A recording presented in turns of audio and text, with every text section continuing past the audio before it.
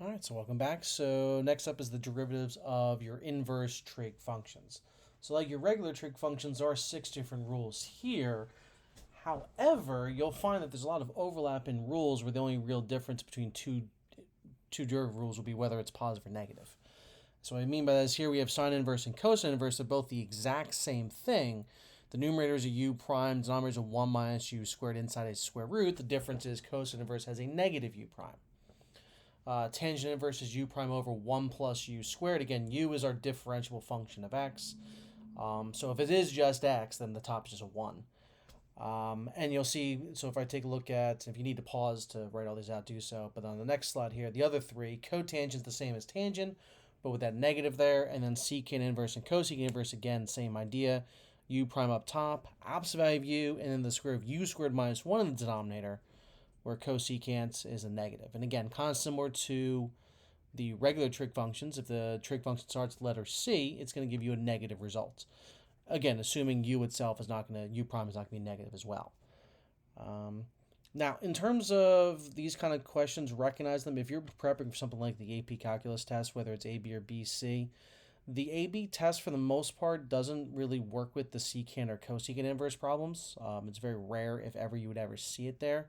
BC would definitely see that. And obviously, if there's just a regular calculus class at any level, then obviously you could see all 6 of them.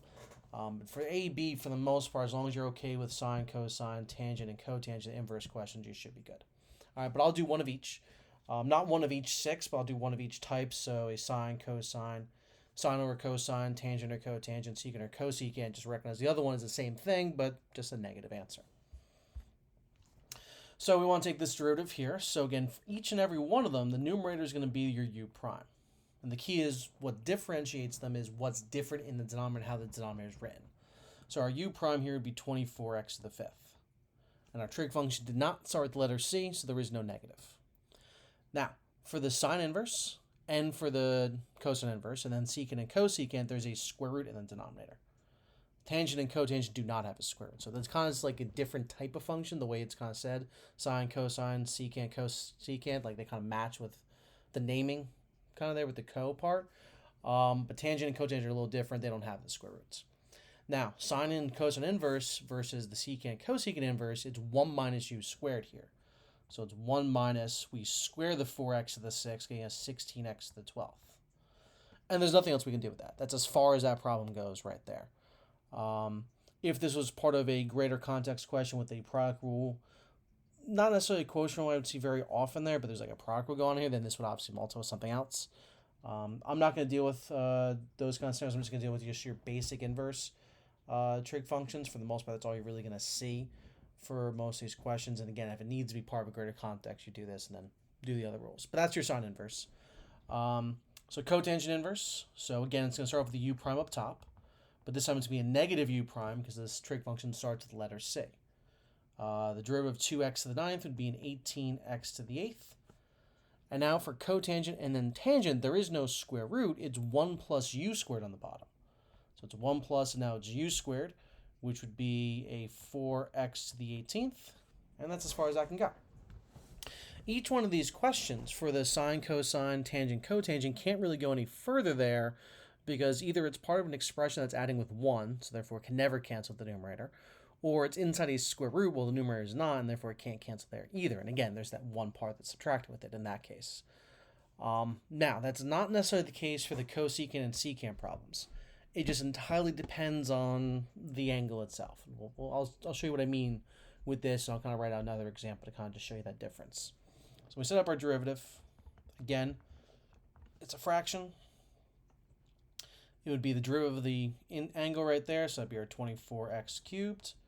No negative, because it starts with the letter S, not with the letter C. The denominator has the absolute value, 6x to the 4th, and then the square root of u squared minus 1, so 36x to the 8th minus 1.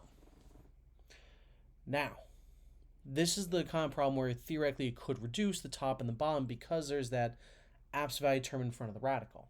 Now, whether we can reduce or not, it's entirely dependent upon whether or not I can get rid of the absolute value. And if we look at the inside there, 6x to the 4th, because it's being raised to an even power, and because 6 is a positive number, we can get rid of the absolute value. That can never go negative no matter what the value of x is. So I can then rewrite this problem as 24x cubed over 6x to the fourth square root of 36x to the eighth minus 1. And now I can reduce that. 24 over 6 is a 4. X cubed over x to the fourth is an x on the bottom. And now I get this expression. That would be my final answer derivative. But again, this only works if I can take the absolute value allows us to get rid of whatever's going inside there. So like if it instead, if it had been, let's say it was this. Let's say it was, our function was secant inverse of 2x to the 7th. Let's just say it was that. When we set up our derivative, the numerator would be a positive 14x to the 6th. We'd have the absolute value of 2x to the 7th in the bottom.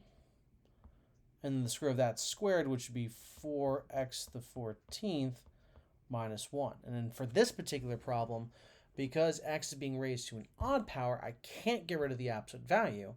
Because if x is a negative number, it's going to affect things, which means it's not going to properly cancel with the numerator there, so I can't reduce this expression.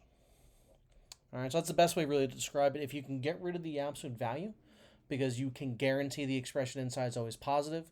So some examples of that would obviously be in being raised to an even power like this. If it was an expression, again, with an even power, let's say it was like x squared plus 1 was the u, that would always go positive, and that's okay. If it's something like an e to the x we can put into the problem, that can never go negative no matter what. So then we can get rid of the absolute value in that particular scenario. So there's a couple different scenarios where the absolute value goes away.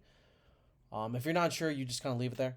But again, if you can guarantee that it's positive, you can get rid of it. Very useful tool. All right, so those are inverse trig functions. The last type of function we're going to talk about is just an inverse function, your generic infinite function, and how we can find those derivatives, and really more the value of an inverse function derivative, because algebraically it gets a little messy if we can't actually get the original function, which we'll talk about. You'll see that in the next video. All right, as always, appreciate you watching, and I'll see you next time.